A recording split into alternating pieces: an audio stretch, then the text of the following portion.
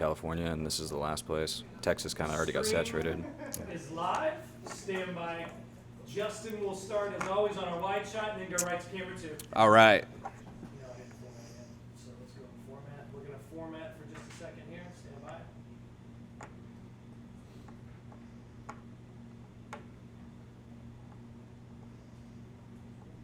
Perfect. It should be fine. That's all right.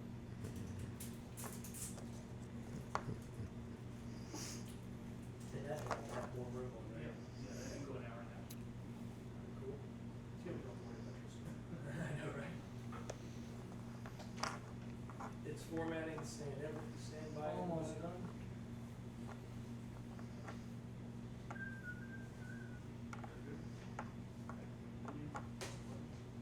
Okay. Go ahead and hit record. We are recording. Stand by, Justin. Camera 4 to camera 2, and then we're off. Everybody have fun with it. Big smiles. Here we come. 3, 2, whenever you're ready, Justin. Welcome to You Have Real Estate with me, attorney Justin Clark. Whether you're a first-time home buyer, renter, seasoned investor, or just looking to sell your home, this show is designed just for you. Think of it like hitting multiple open houses, all from your living room, with my attorney advice throughout the way. If you have any questions whatsoever during the program, I have people standing by right now to take your call. 407-205-0400. Or if you want to start that house hunt this weekend, you're going to need a pre-approval letter. Dallas Lehman with You Have Mortgages standing by at that same phone number. It's 407-205-0400. Great show for you today. You're going to love this program. And now it's time for the opening statement. You know, I'm very bullish on the real estate market in Florida, but there's something else I'm bullish on as well, and that is solar energy. I had a $500 electric bill that is now $50 because I made the change to solar, and I did it through IQ Power Solar. Stephen Bader, my good friend, COO of IQ Power Solar, tells us how I did it.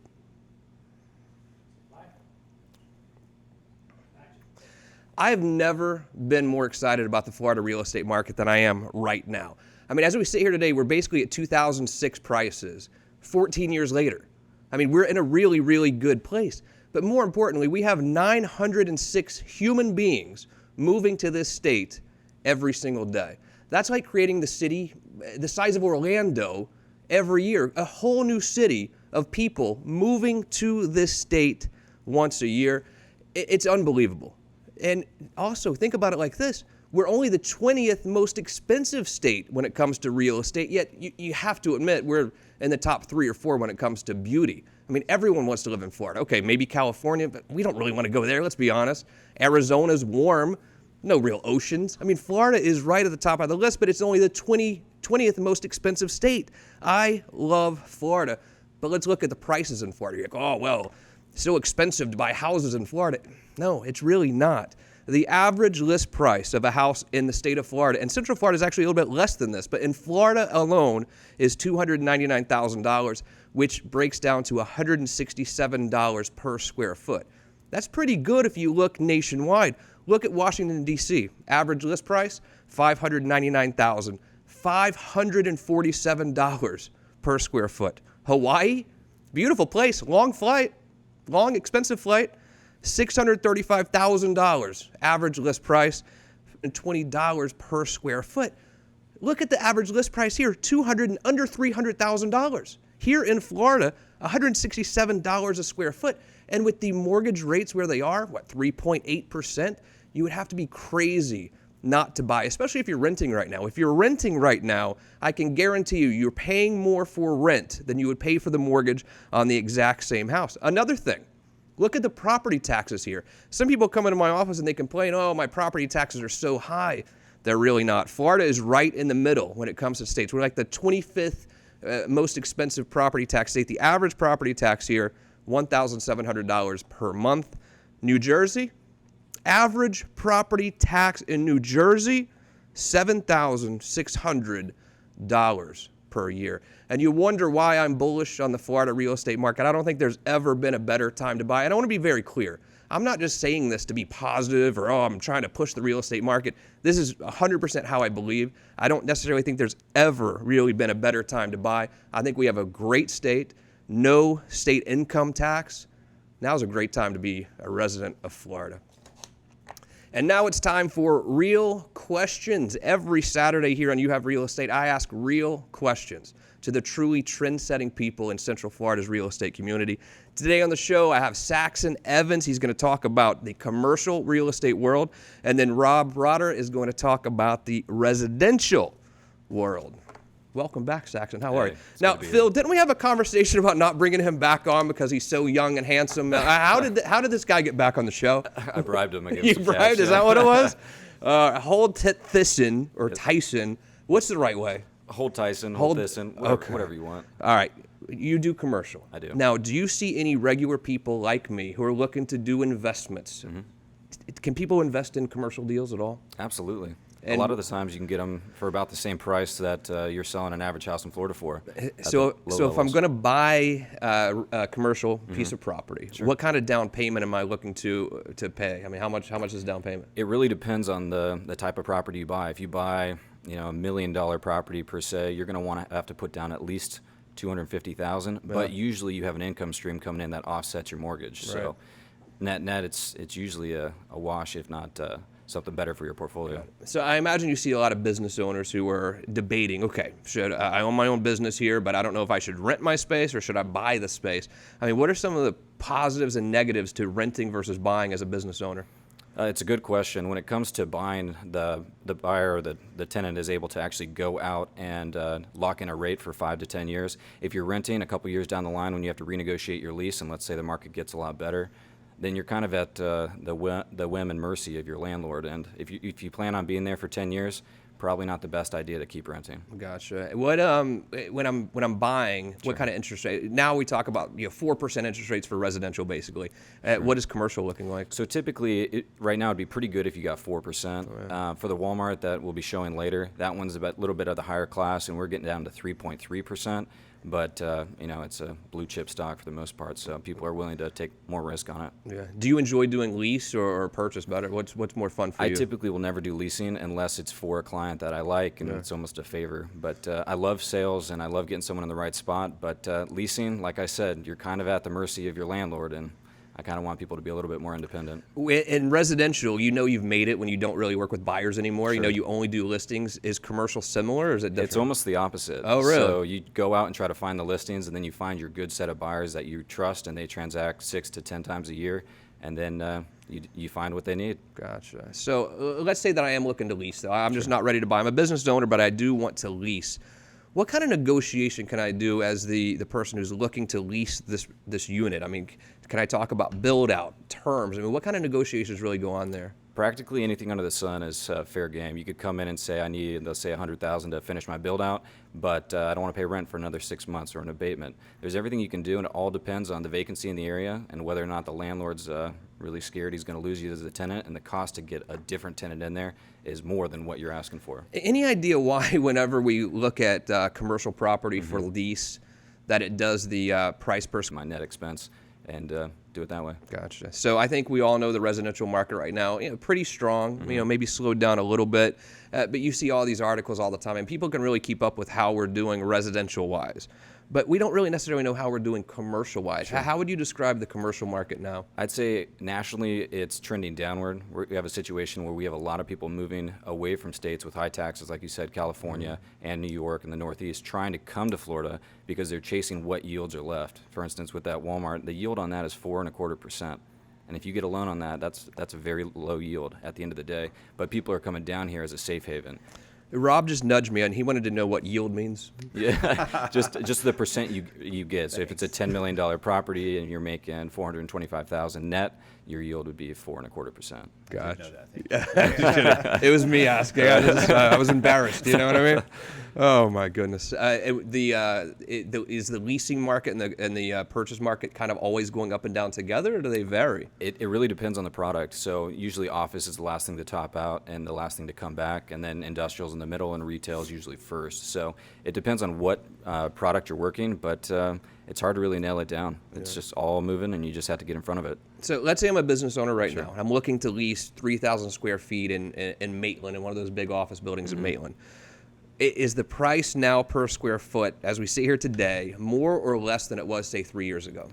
The price per foot is definitely more than it was. It's more before. now. Yeah, the population has gone up, and a lot of people are coming to Orlando for work instead of tourism, which is great for us, but it causes prices to go up, and well, good high prices are good for us, but at the end of the day, hard to buy, and so a lot of people are forced to lease. Pull out the crystal ball for a moment. So as we sit here today, let's say that I'm looking to rent a space. It's $18 a square foot right now in Winter Park. Yes. 3 years forward, is it going to be more or less than it is right now? Oh man, the young pessimist in me says that it's probably going to be about the same, if not less, just because I think historically we're going to have an interest rate increase, which is going to make it harder to get loans and therefore pull down values of properties. So rent will probably come down. So I say, if you're going to do a lease, make it short, make it 1 to 3 years instead of the long 5 to 10. Right. If it's going to be 5 to 10, you might as well buy it.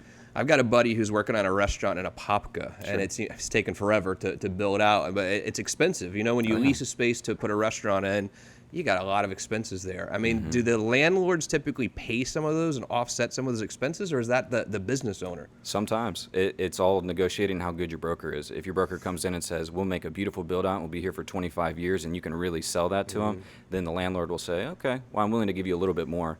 But if you just come in there and demand it, usually the landlord says, the market's hot right now, move along. Personal guarantee, what is that? Personal guarantee is, let's say you started your business and you brought it in and took a lease somewhere. Then personal guarantee is if you decide not to pay your lease and you have 4 years left of it, you're personally responsible for the remaining 4 years of rent up front. What do you normally see?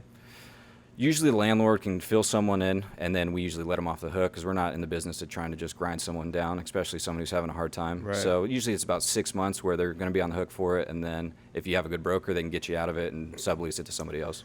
So, I mean, let's say I sign a 5-year lease for this commercial property.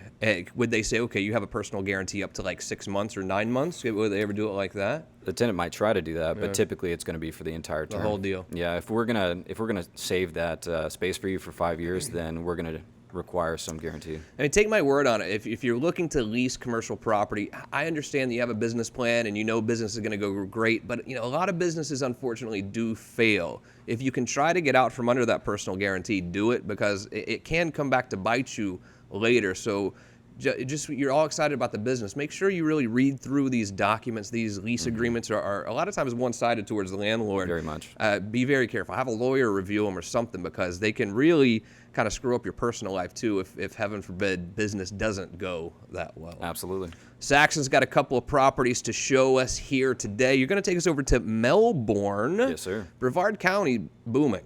Booming. Tell me about this one. This one's a service station, so this was recently reflagged into a 76. They went in and did all the signage and the painting and all that. And actually, this is one of the times I did leasing. We put a guy in there. He's doing great now, and he's operating a nice lease, and traffic's good, so the owner's looking to sell it for a return. And What kind of price tag are we looking at here? This one's $950,000 for the whole site, including 8 to 10 pumps and the inside, outside, everything.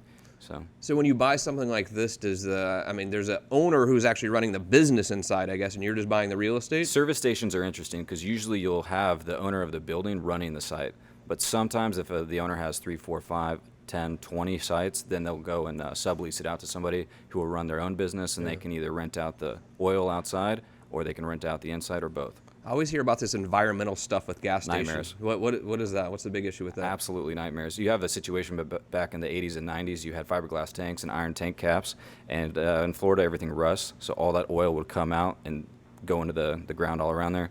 So if you have that problem, you have to go in, and usually the feds put some pressure on you, and you got to dig it all out and put new soil in there. The good thing about ones by the beach is it's so close to the saltwater washes a lot of that oil out over time. Yeah, so you get away with a little bit more, but nowadays everything's so up to code that it's more of a 90s issue, so just watch the age. All right, one more property here for Saxon. A little bit further south, Boynton Beach, South Military. Tell me about this. So this is a 8.5 acre piece on the corner of South Military and Coconut down in South Florida. And we had Walmart go in there in 2015 for a ground lease. They built that entire building on their own and paid for it. And Walmart built it? Oh, yeah. And they're renting that ground for another 15 years. And then 16 5-year options on top of that. So 90 years from now. Plus there's a Dunkin' Donuts, a dentist, a nail salon, and then one of those new smoke shops. So I imagine having Walmart as a tenant's probably a pretty decent. it's decent great. Gig, We huh? don't bug them. They don't bug us. And Hey, they just send checks. they just send checks. timely They, checks. They pay all of the expenses. Unbelievable. What kind of price tag if I'm looking to invest in something like this? 8.5 acres down there just for land would be probably close to 7 to 8 million. The whole thing with the income is only 10,060,000. So what kind of person would buy that? I mean, is this like a huge corporation, a real estate trust out of California, or like individual people buying things like this? They're all coming from the Northeast, and you'd Yeah. be surprised. There are a lot of private guys who have a lot of money. Is that And right? So the larger institutions are usually less inclined to go after a development case. This has a corner piece that's also included, which has an acre, so it's probably going to be a private buyer that takes it down. No kidding. Nice life. Nice to be them. Keep up the good work, man. Yeah, I You're going to appreciate stick it. around for the real estate roundtable, I Absolutely. hope. All right, we'll see you in just a minute. Thanks. Now, you used to work here, Rob. Welcome back to WKMG, first of all. Yeah, Rob many years ago. Rodder's here. He's a broker associate with Stockworth. I hear this broker associate thing sometimes. What does that mean exactly? So broker associate means you could be a broker on your own. In the state of Florida, as a licensed agent, you need to work for a broker. And I could be a broker, but I choose not to be. I choose to have the broker designation, but I work underneath another broker. Less liability for you too, Absolutely. probably, right? A little and bit. really, I focus on my business, not the brokerage business. That's really the idea of it. Exactly. So where do you really focus? What part of town? So mostly Southwest Orange County, and then obviously we kind of spill over into other areas. Got a listing in Bella Clean that we're going to talk about. Also, sometimes working to Seminole County, more luxury communities than anything else, but that tends to be the focus. And while Saxon, of course, focuses on commercial, your focus is residential, and two totally separate things. I mean, Absolutely. It's very hard for one real estate agent to handle both. I mean, sometimes you know maybe play a little bit in both, but I mean, really, you should specialize in residential or commercial. Yeah. They're different animals. If you're going to a doctor, you want to go to a doctor who specializes in that area, and the same thing with residential and commercial real estate. So you know how I feel about Florida in general and the real estate market here. What do you see for 2020? Yeah, I mean, we're everything's great. We're looking very encouraged for the new year. The growth coming to Central Florida and Florida in general, as you mentioned, is very attractive. You talked about what the median home price is for the state of Florida, just under $300,000. If you look just locally, our board is telling us our median home price in November was $240,000. So even more affordable in Central Right. Florida than elsewhere. And we see, I think the stat I heard recently, I think it was something along the lines of we're going to add the size of Orlando to the state every year for the next 6 years. Crazy. So even a discussion this morning with a friend, and she was saying that they're buying a house, and they were getting conflicting information from another friend saying, "Oh, this is a crazy time to buy." And I'm thinking, well, I don't know what they're looking at, because everything we look at says this is a great time to buy. When you look back on that decision to leave here basically and become a real estate agent, what went through your head, and do you remember where you were sitting when you finally said, you know what, I'm going to do this? I had been doing real estate for about 5 years when I was still here. Yeah. So, it is interesting, because we find out that 90% of people when they get licensed in real estate, especially residential, 90% are not in the business 18 months after they get their license. So when you're looking for an agent, find out if they've been in the business more than 18 months, because those people who are in it for the long haul are the ones that, they have some runway. They lead up doing something else, or they focus on, or they have another stream of income. And if you're able to make it, 2 years in this business, then you're farther ahead than most people. While I think there's certainly, if you look at the stock market, a recession approaching, maybe even it's a mild recession, there's definitely a recession coming, in my opinion. And then when I say that now, people are like, oh, we're going to have another crash of the real estate market like we did in 2008, 9, 10, 11. Do you see that happening? No, you have to remember that real estate is local. So we're talking about neighborhoods. We're talking about where people live. So when you talk about recession, you're talking national. We don't live nationally. We live locally. So when you see the growth coming to Central Florida, you see homes selling here, people still want to be here. The sunshine, the weather we're having right now is spectacular. And the growth, the schools, the restaurants, the theme parks, Universal's adding another gate. I mean, all these things that are happening, those are bringing jobs to our area. So yes, optimistic view perhaps, but I think there's really substance to that. So that whole southwest area that you work in, I mean, we know about Isleworth, we know about the really expensive communities. Are there any communities kind of surrounding there that are still affordable for people like me? Oh yeah, absolutely. If you're to the west of Isleworth, you're looking, Windermere. If you're looking off the 535 corridor, there's new communities coming in there. And then, if you stretch it out even more toward its Winter Garden technically, but the Horizons West project, between Horizons West and Lake Nona, that's where all the development is coming for Orange County, the bulk of it at least. Yeah. And so that's where we're seeing people coming in. And so the Horizons West project is a huge driver for growth in this area. And you go out there and you're driving through the neighborhoods, Waterley, some of those communities are adding, 30 to 40 homes a month. It's staggering. Yeah. Speaking of comebacks, I will never forget when this whole foreclosure crisis hit in 2008, 2009, one of the most impacted communities that I ever saw was a place called Bella Collina. Right. I mean, they were selling lots there in 2006 for 600, 800,000 that literally you could buy for 20 grand there for a while. It was incredible. Sure. But just like everything else, Bella Collina, first of all, it's always been beautiful. I mean, the golf course, the restaurant there, the clubhouse, yeah. Absolutely a beautiful place. It always has been. But this place was decimated by the real estate collapse. What a comeback. Rob, you've got a property there as well. Yeah, this is on Veta Drive. This is actually a single-story villa, just under 3,000 square feet, and built by Phoenix Companies. This is a beautiful home right on the golf course. This is on hole number 16 on the signature Sir Nick Faldo golf course. And large pocket doors open up, reveal a beautiful home, open transitional area, beautiful kitchen area. The kitchen in this home is rivals what you'd find in a multi-million-dollar home. And this really has a great opportunity because being a single-story home offers a whole different opportunity for buyers, especially senior buyers or those who are really not looking to have multi-stories in their home. This is a great opportunity. That right there is, when I look at the kitchen area, great room area. This is one of the best priced homes in the area, $799 right now on the golf course. And yeah, as you mentioned, if you're out there looking to Bella Collina, this is a great time to buy in there because there's growth coming. There's lots of potential for growth. You buy this home, there's a $40,000 club membership that's included. You can ride your golf cart down the street or walk to the 75,000 square foot clubhouse right there at Bella Collina. Wait, so the membership's included? Yeah. $40,000 membership included in the purchase of this home. Well, that's a pretty big perk. Absolutely. And there are hills down there. I mean, it's kind of like a different part of Florida. It's hilly. It's beautiful. It's beautiful. There's hills. There's lakes. It's a guard-gated neighborhood. It really is a destination community and one you should really check out. Now, how is it pretty easy to get to town too? Let's say you work absolutely. in Orlando. Is it hard to get here? Oh, it's a straight shot. Absolutely. It's a lot closer than people think. I think you can be downtown in 20, 25 minutes depending on your traffic. $799 down in Bella Collina. It's a pretty good deal. If you have questions, I'll hook you up with Rob right now. All you have to do is call 407-205-0400. Now let's go to Isleworth. Probably a little bit more expensive. Tell me about this one. This one's a beautiful home. This is probably the best value right now. This is on the lake. This is on the Butler Chain. This is 6117 Lake Louise Drive. This is on Lake Louise, which is on the Butler Chain. This sits in a private cove on the lake. So this lake, Lake Louise, is actually surrounded only by Isleworth, which really gives it a nice, distinct feel. And you're in the cove, a private cove. Square footage in this home is only 5,700 square feet, which is actually a smaller home by Isleworth standards. This is in the Isleworth West section. So there's three phases in Isleworth. You've got the main section that we call it the B section for Butler, and then the Isleworth West side. But great home here. This is a great opportunity. There's actually room to add on if it's not large enough for you.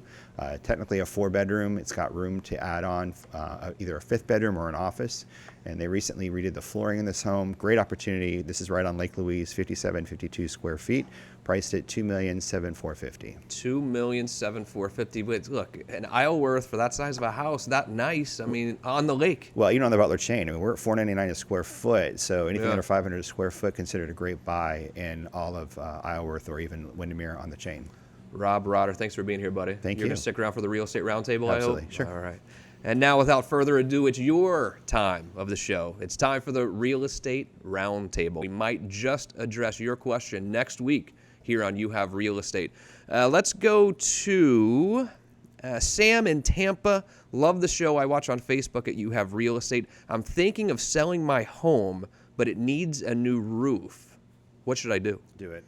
Do the new roof before you sell it? Yeah, I mean, a new buyer is going to want a new roof. And I mean, no one wants to hear that, but obviously a new buyer coming in knows they're going to need to put in a new roof. You're going to pay for it one way or the other. At least 25%. And can like the seller ever hold a note or anything? Absolutely. Or is that, Seller financing happens all the time. do you see a lot of seller financing in, I do. in commercial? Things under $3 million, you'll see it. People trying to sell their businesses, and a lot of times they're willing to take that note because they can get 5-6%, and if they put it in the bank, they're making 2 if they're lucky. So. Gotcha. Chuck, up in Marion County, I live on a ski lake. It's a small one, but it's skiable. How does that affect the value of my home? Absolutely, it's great.